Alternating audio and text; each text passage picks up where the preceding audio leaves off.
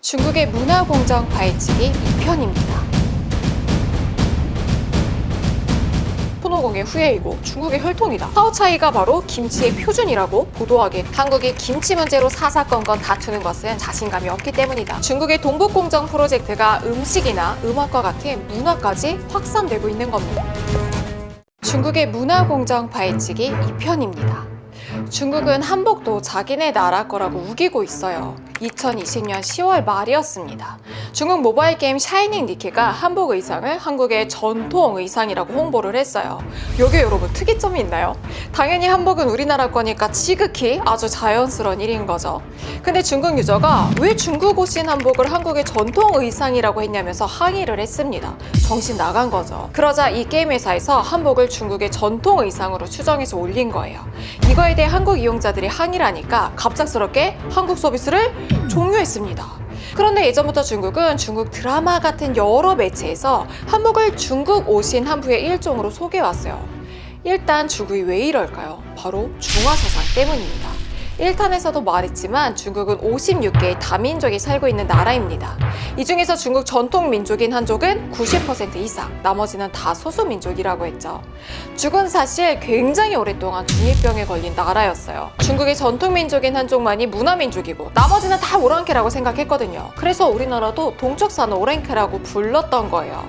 그런데 사실 이 중국이 탄생하기 직전의 왕조는 중국의 전통 민족인 항족이 아니라 그들이 오랑캐라고 부르고 멸시했던 만주족이 수립한 청나라였어요. 여기서 질문. 여러분 머릿속에 중국 전통 의상하면 사실 바로 떠오르는 게 뭐예요? 맞아요. 치파오죠. 그런데 이 치파오는 만주족의 전통 의상입니다. 그런데 요즘 다시 중화사상의 열풍이 불기 시작했어요. 그러니까 한족들이 자존심이 좀 상하는 거죠. 그래서 만주족의 전통 의상인 치파오가 아니라 한족의 전통 의상인 한푸 입기 같은 게 유행을 하게 됩니다. 한푸는 청나라 전에 한족이 세운 나라 명나라의 의복이에요. 그럼 한푸와 한복은 정말 비슷할까요? 비슷한 부분이 있을 수밖에 없죠. 원래 문화는 서로 영향을 주고받으면서 발전을 하니까요. 한복도 한푸의 영향을 받았고 한푸도 우리 의복의 영향을 받았겠죠. 그리고 중국이 맨날 중국 문화가 동양에 영향을 끼친 게 얼마나 큰데 라고 말하는 것처럼 우리가 중국에 영향을 받은 게 많은 것도 사실이에요. 그런데 영향을 주고받았다고 해서 다 중국 게 아니죠. 한복은 한복, 한푸는 한푸예요. 그리고 한푸와 한복은 근본적인 착용 형태가 다릅니다. 우리는 북방민족의 영향을 받았기 때문에 위에 저고리, 아래에 바지를 입죠. 심지어 치마를 입더라도 바지를 꼭 받쳐 입잖아요. 중국은 남녀를 불문하고 우독과 치마를 입는 형태입니다.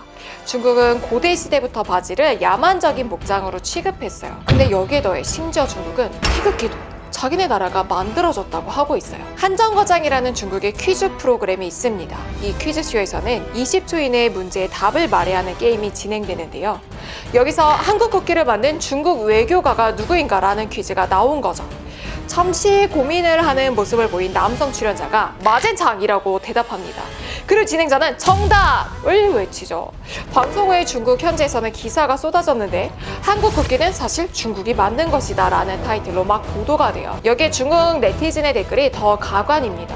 한국이 자기들이 직접 만든 게 뭐냐 이런 반응이었어요. 그럼 아까 정답으로 외친 마젠창이 누구인지부터 좀 보자고요. 마젠창은 청나라 시절 활동하던 외교관입니다. 이 사람이 1882년 5월에 청나라 황룡기의 일부를 변형한 디자인을 대한제국 국기로 사용하자고 제안을 했어요. 그럼 황룡기가 태극기랑 닮았다는 걸까요? 한번 보자고요. 마젠창이 제안한 건 삼각형입니다. 일단 황색은 황제의 색이니까 흰색으로 바꾸고 청색용도 붉은색 용으로 바꾸라고 해요. 또 조선용은 격식을 낮춰서 발톱을 하나 적게 만들라고 하죠. 태극기랑 완전 다르죠. 고종은 이걸 거부하고 태극기를 국기로 정한다고 한 거예요. 그럼 우리의 태극기는 언제 만들어졌을까요? 우리나라에서는 국기의 필요성을 19세기 후반에 알게 돼요. 다른 나라랑 조약을 체결하거나 외교적인 일을 할 때 국기가 필요하구나 하는 걸 알게 된 거죠. 그러다 1882년에 미국과 통상조약 조인을 앞두고 있었는데 미국 쪽에서 조인식에 사용할 국기를 지정해달라라고 얘기를 한 거죠. 그래서 통리기무아문의 김홍직과 역관 이응준에게 국기를 그리게 합니다. 이게 최초 사용 사례인 이응준의 태극기예요. 저는 이 편으로 중국의 문화공정에 대해 파헤치면서 김구 선생님이 원했던 우리나라를 마지막으로 마무리를 해볼까 합니다. 나는 우리나라가 세계에서 가장 아름다운 나라가 되기를 원한다. 가장 부강한 나라가 되기를 원하는 것은 아니다. 내가 남의 침략에 가슴이 아팠으니 내 나라가 남을 침략하는 것을 원치 아니한다. 오직 한없이 가지고 싶은 것은 높은 문화의 힘이다. 문화의 힘은 우리 자신을 행복하게 하고 나아가서 남에게 행복을 주겠기 때문이다. 김구 선생님이 하신 말처럼 우리나라가 세상에서 가장 강대국은 아닐 수 있어요. 그런데 인류 역사에 계승될 만한 좋은 문화가 많이 있는 나라잖아요. 이걸 중국도 알았으면 좋겠습니다.